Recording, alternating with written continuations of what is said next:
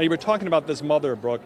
One of the victims, 14-year-old Alyssa Al-Hadaf, by all accounts, a great athlete. She was on the soccer team, a very excellent student, has lots of friends who are here. Everyone we've talked to here knew her.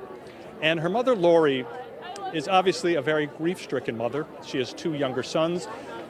Alyssa was her oldest daughter. She's grief-stricken, but she is extremely strong. And I want you to listen to what she said to us. How do we allow a gunman to come into our children's school? How do they get through security? What security is there? There's no metal detectors. The gunman, a crazy person, just walks right into the school, knocks down the window of my child's door, and starts shooting her, and killing her. President Trump, you say, what can you do? You can stop the guns from getting into these children's hands. Put metal detectors at every entrance to the schools. What can you do? You can do a lot. This is not fair to our families, that our children go to school and have to get killed.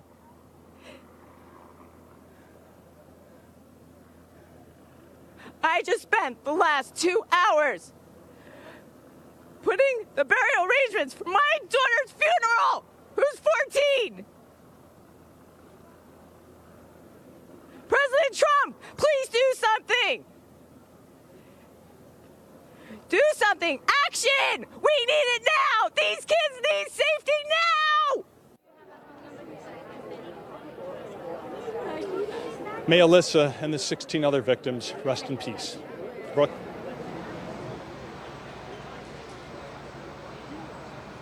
Sorry. Whew. Gary, thank you. I'm sorry. It's just Congressman Ted Deutsch, help me out, of Florida here, who represents the district. Just hearing that mother, I'm sorry. It got me. Yeah, Brooke, I don't know that I don't know. I don't know. What do you say? Here's the thing. I was at that same rally with all these students, and what she said, what that grieving mother said, is the most powerful message that everyone needs to hear. And it's the message, everyone. It's the message that I've heard from PTA moms and school board members. It's the message that I heard at that rally from two girls who came up to me and said that they were in the school. One of them said, we need action, we have to do something. One of them said, I sat there as my friends and watched my friend's face get blown off. Her friend said that she was underneath someone else who bled out, who died on top of her. How much more of this? But you're on Capitol Hill. Right. You're on Capitol Hill. Right. I mean, let me just speak for so many people who have been yelling at the televisions, right, yelling at members of Congress, how nothing has been done. Right, right. And you know what? They're right. They're right. And I join them in their frustration and their anger. They're absolutely right to be angry. Here's some things that we probably ought to start talking about, right? Let's go. I can tell you all of the things, that's basic steps that we can take to make sure that everyone gets a background check and to make sure that if you're too dangerous to fly, you should get a gun. That's all true. Which he did and passes background check. But you know what else? Next. You know what else?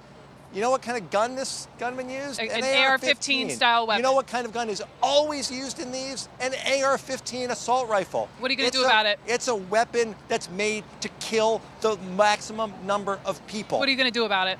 Well, until 2004, it was illegal to manufacture or to own them. Illegal.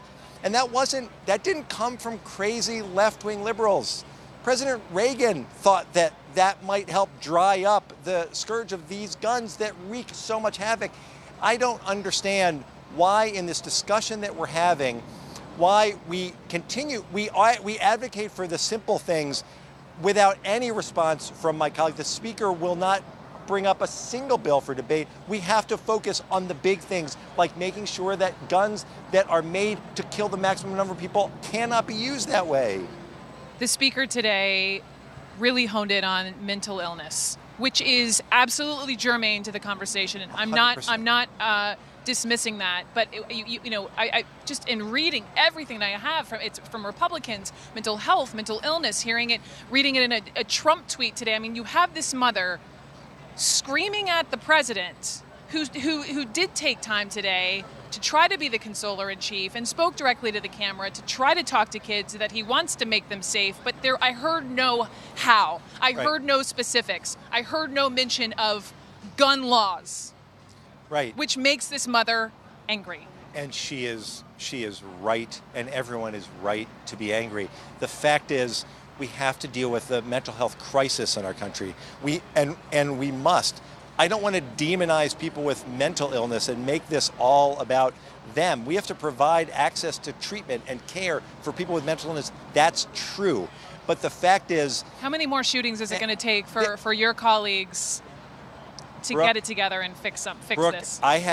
Before I left D.C. yesterday, I had so many of my colleagues come up and grab my shoulder and grab my arm and express their heartfelt condolences.